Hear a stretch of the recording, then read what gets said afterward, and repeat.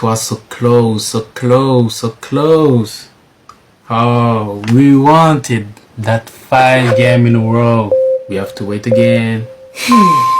Bon les gens, ceux qui le savent pas, West Ham contre Manchester United était un match très attendu justement par rapport à celui-ci. Et cet homme qui ne coupe pas ses cheveux depuis 2 ans au moins, il devait couper ses cheveux si et seulement si Manchester United enchaîne 5 victoires d'affilée. Le problème, c'est que Manchester United, malheureusement, n'a pas enchaîné 5 victoires d'affilée. Et pour la première fois depuis plus de 2 ans, Manchester United était tout proche d'enchaîner 5 victoires de suite. Malheureusement, ça n'a pas eu lieu ce soir.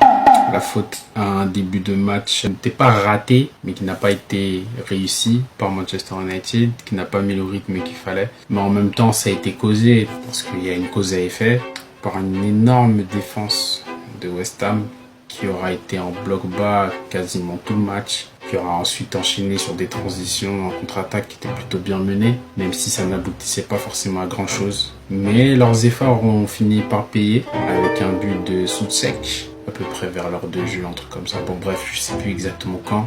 West Ham méritait d'ouvrir le score, mais je ne les trouvais pas meilleurs que Manchester United quand même, pour ma part en tout cas.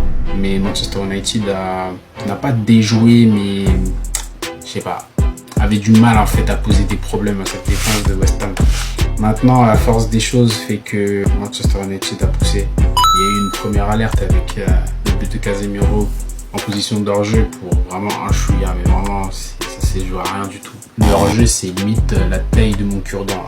C'est dommage, puisque Manchester United malgré tout aurait quand même pu gagner ce match. Maintenant, Michael Carrick a fait des changements qui ont été payants. Il a fait rentrer Sesko et Zirkzee, donc 2 points d'appui.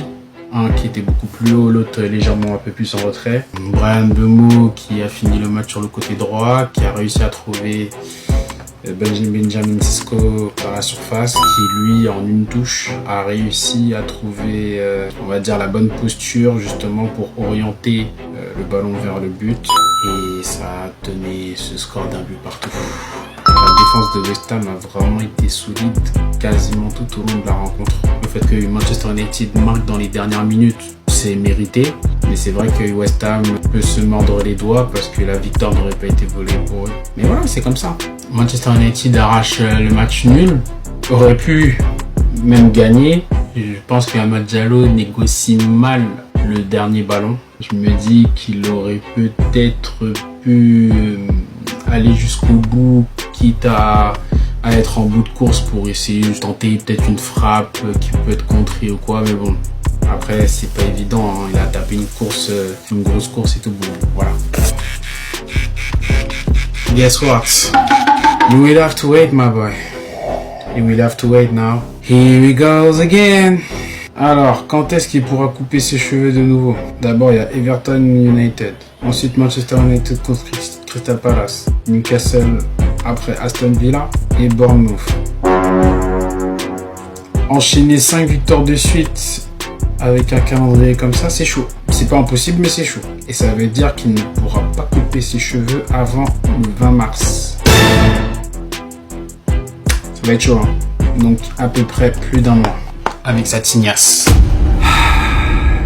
I truly believed, but he's not, unfortunately. Yeah, you are so unlucky, my boy. Here we go again.